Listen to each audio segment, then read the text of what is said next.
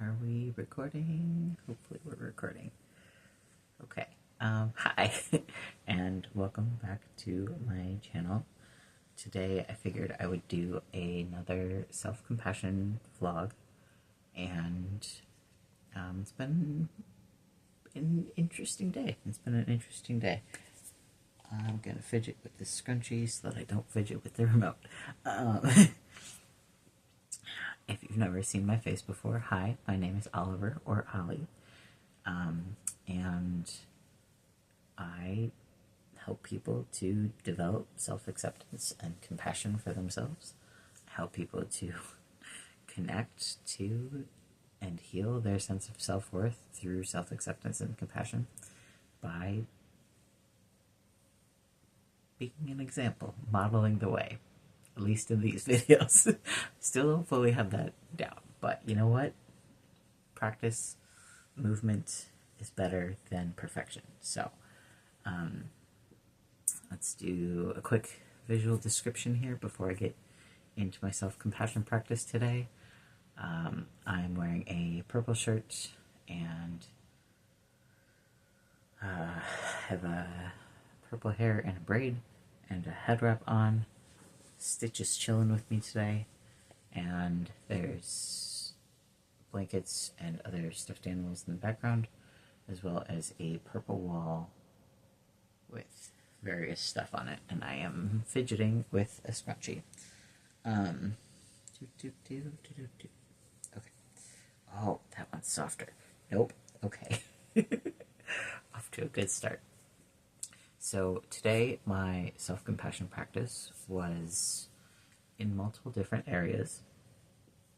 It started with allowing myself to attempt to try and go back to sleep because I woke up an hour and a half before my alarm went off. And that kind of worked, but it kind of didn't work. And then I allowed myself to get up earlier, and I had an idea that excited me to ask my art therapist if they would help me to dye my hair. And so using my extra time from being awake earlier, I used that to bring my supplies, to pack up my supplies and everything. And then I allowed myself to leave the house early. And when I got to art therapy, I gave myself permission to ask my art therapist for help, to allow myself to be seen in that way, in that authentic joy. And they were very excited to help me with that, so that was a fun thing.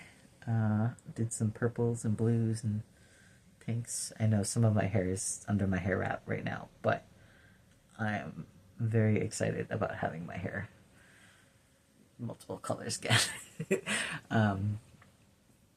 And so that was compassionate towards myself and allowing myself to ask for help and allowing myself to receive it. And then I went to my fitness place so that I could take a shower, which is another intentional act of self-compassion, because I have some emotional reasons due to the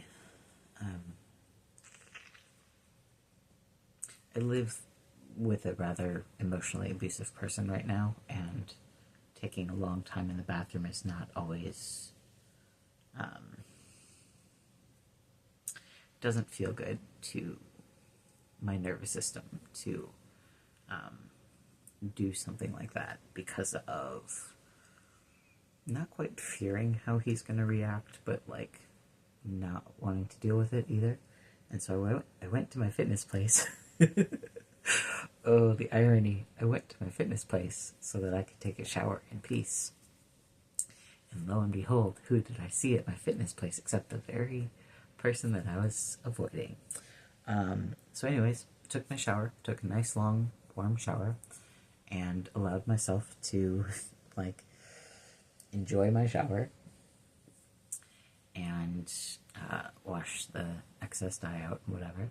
And then I was compassionate to myself. I really hope that this is recording right now. Because this is my second time recording this.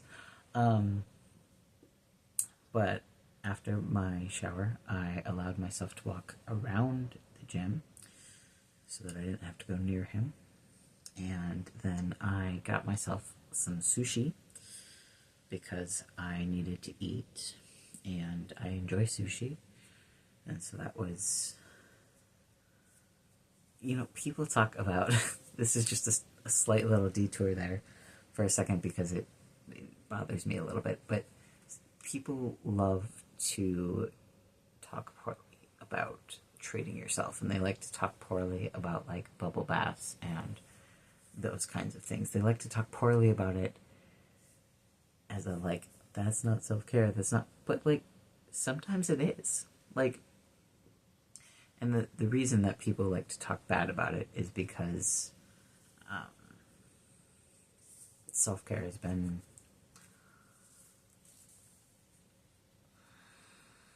commoditized, and that's not the word. Self-care has been a commodity of capitalism trying to sell you things, but sometimes in moderation. Sometimes self-care is buying yourself the food that you want.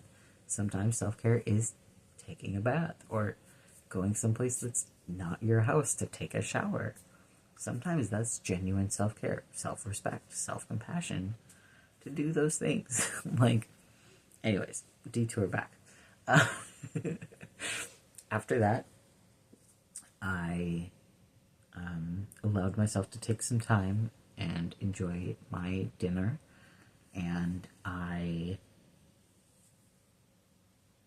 just lost my train of thought. And then I went shopping for a little bit, because I am planning on traveling soon, and so it's just like, I need a bag if I'm going to be traveling. So I allowed myself to go and purchase that because I am in the practice of acting as if. I'm learning how to be more in the practice of acting as if, and acting as if the things that I've asked for, that I have said that I wanted, are going to happen. I need a bag to travel with, and so that felt very good, to be able to buy that for myself.